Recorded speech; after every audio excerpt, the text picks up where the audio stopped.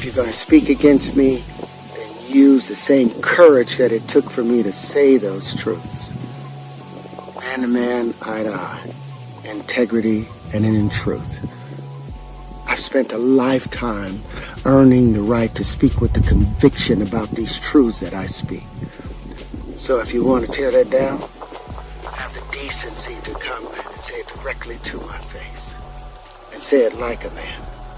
Hollywood is reeling from a wave of shocking allegations. Claims that, if proven true, could bring down an entire power structure that has thrived in the shadows for decades. The names being thrown into the spotlight aren't minor players.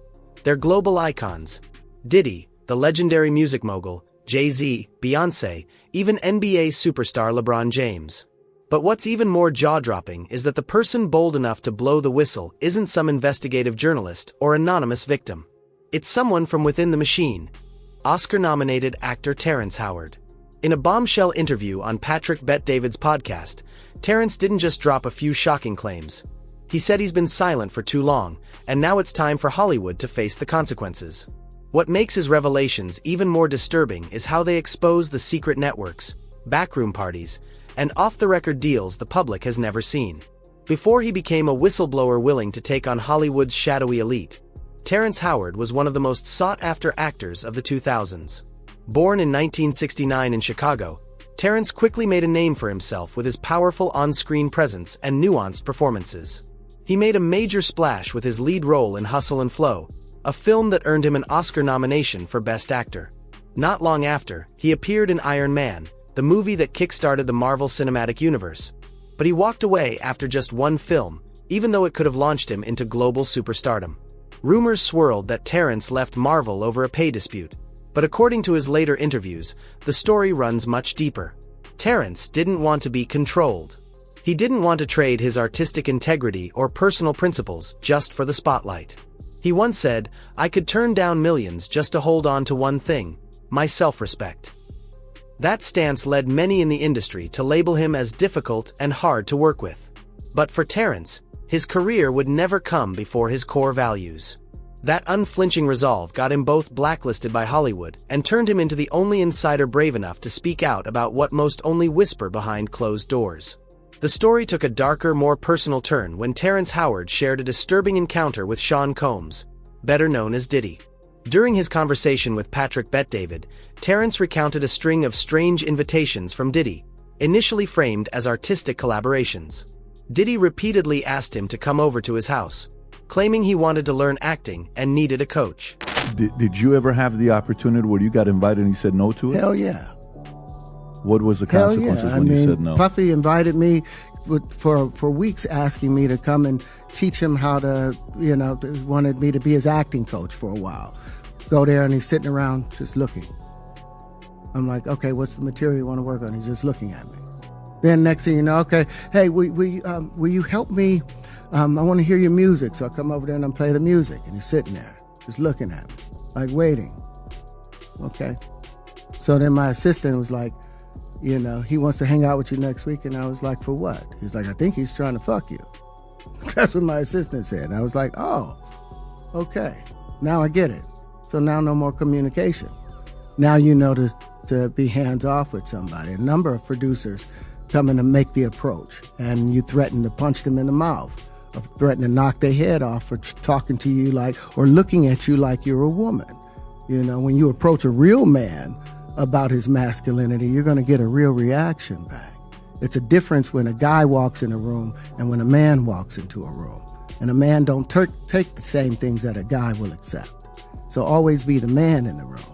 And that's always been my whole thing, and have lost businesses because I don't bend over in that way.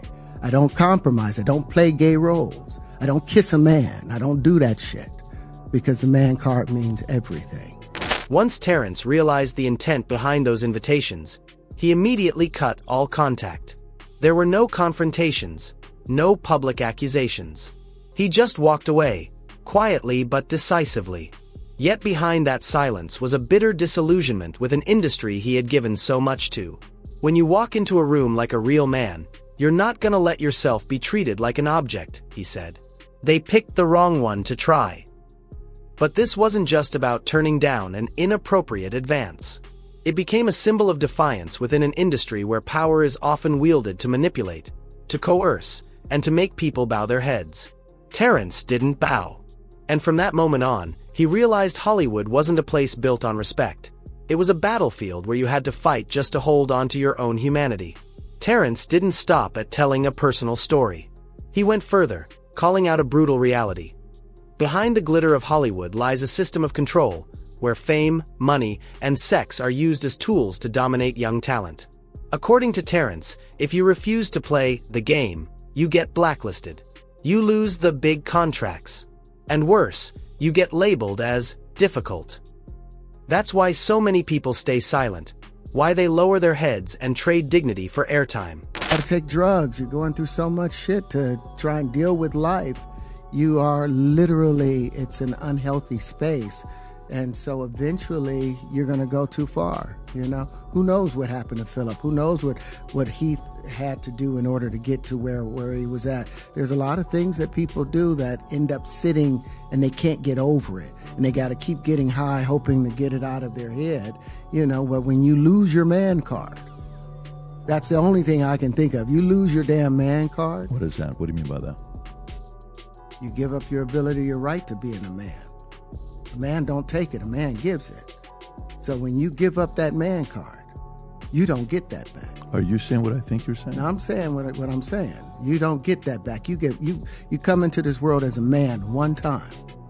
You give up that right for anything, for fear of being hurt, fear of somebody doing something, for wanting to gain something. When you give up that man card right, you lose some spiritual energy that has always been pushing through. Like if a woman gives up her womanly right of being a mother and taking care of her family and do all those things, when you give up those things, but when you give up your manhood, I've never seen somebody recover from it. That was all the people that went to the puffy parties. That was all the people that did all those things thinking that there was never going to be a consequence for what they were doing.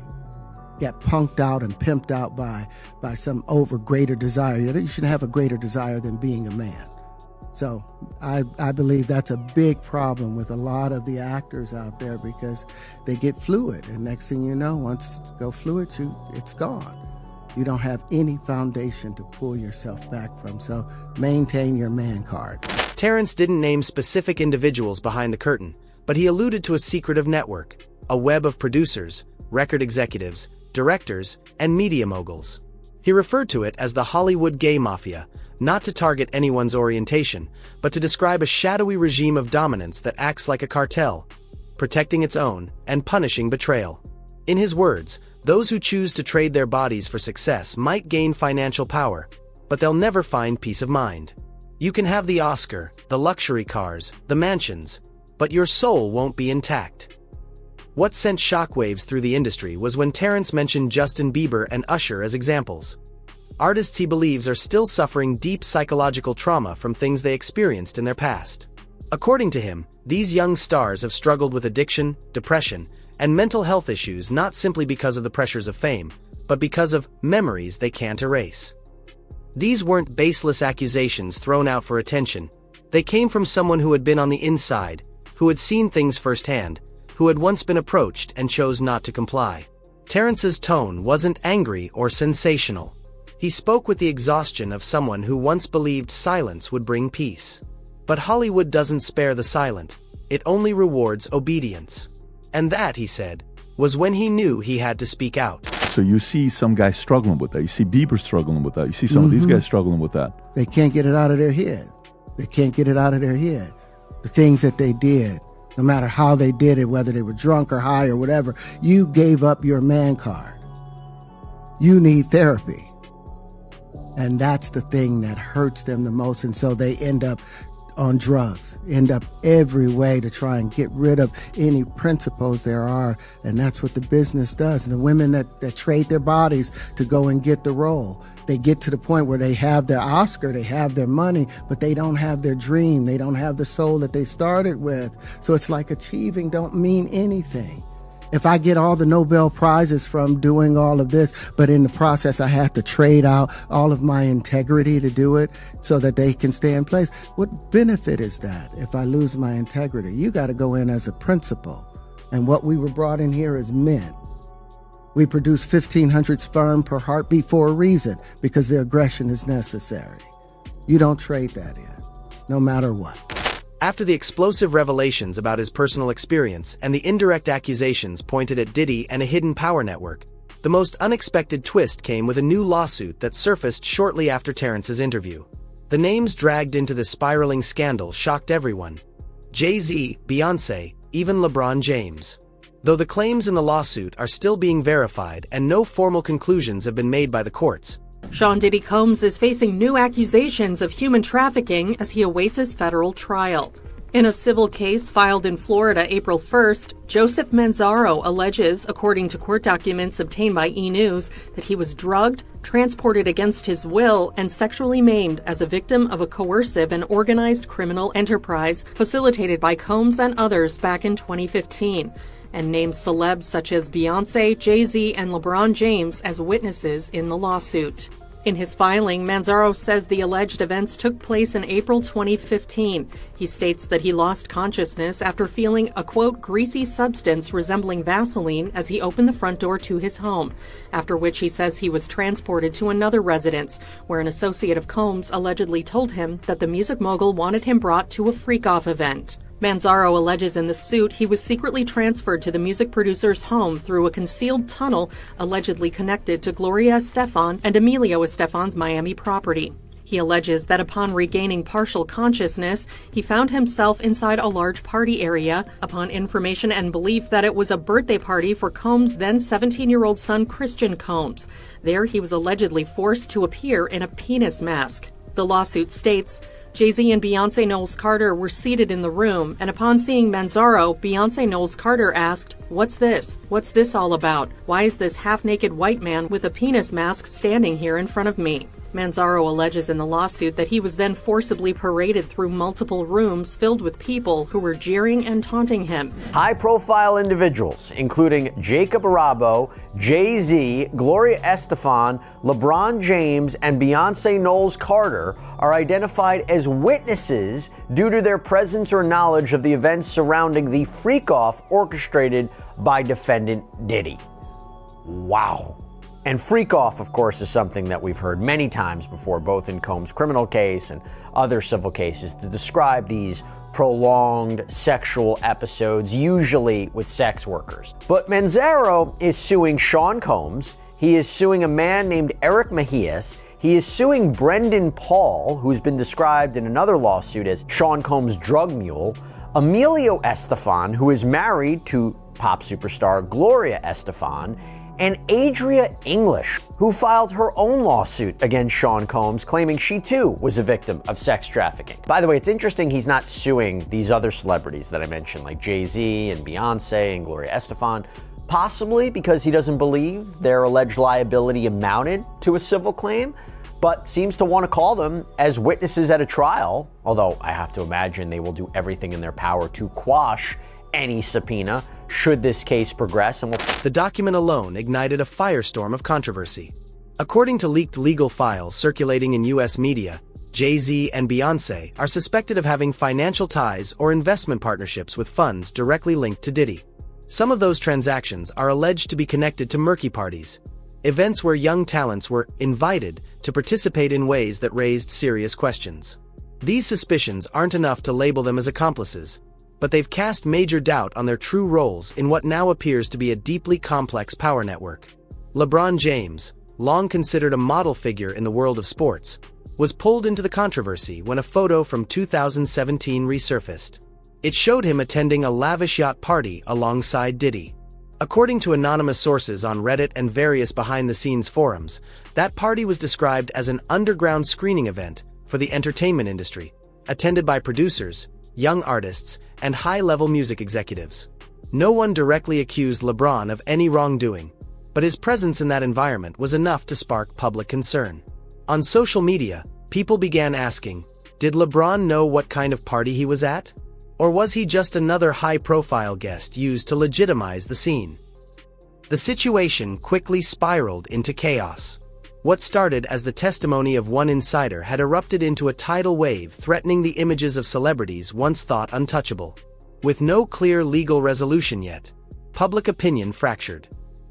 The other called for restraint and concrete evidence. But amid all the confusion, one thing stood out. Terrence Howard's testimony had ripped away the veil from one of the darkest secrets in the entertainment world. After the interview aired, the backlash wasn't limited to just audience reactions. Terrence Howard suddenly found himself at the center of a full-blown storm within the entertainment industry. His words were shared millions of times, sparking endless comments, but also triggering fierce pushback from the very powers he had called out.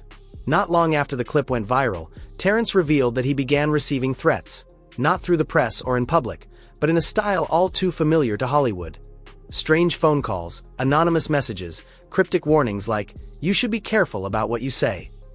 What shocked people the most, however, was Terrence's calm, defiant response.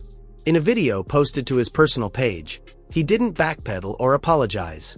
Instead, he sent a direct message to those trying to silence him. Listen, before y'all talk about me, y'all need to talk to me. You see, once upon a time, if a man questioned another man's honor, he didn't do it from the shadows. He had to do it out in the open, with his name, his chest out, and his chin high. Not hiding behind the keyboard or tucked behind editing clips of fair use disclaimers.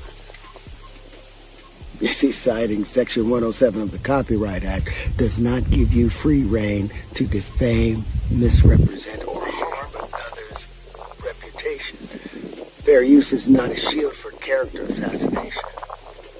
So here's the simple truth. If you take my words, my image, my ideas, and twist them to feed your fear and inflate your ego, if you profit off of my name while calling me a liar, then be prepared to stand behind your accusations.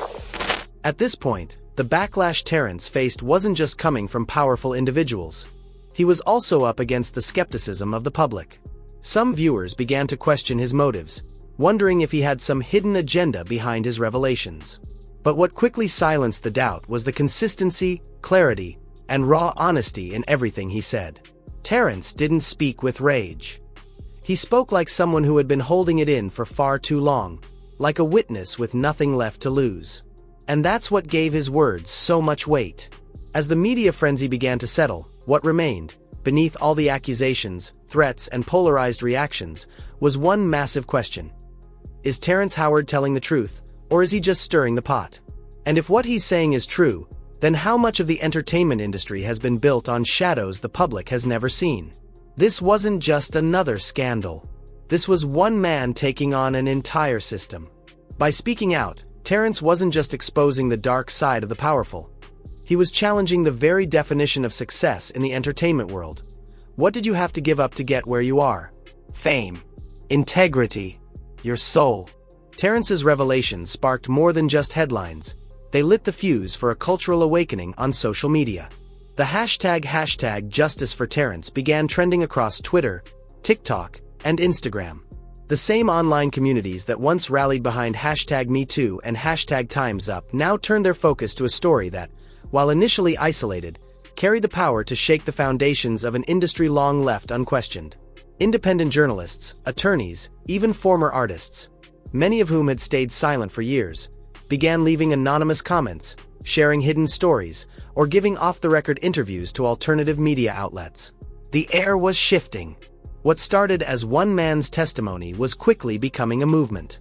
We're now living in an era where truth isn't measured by credentials, wealth, or contracts, but by courage. And courage doesn't belong to the powerful anymore. It belongs to those brave enough to say what no one else will. Terrence never claimed to be a victim, nor did he label himself a hero.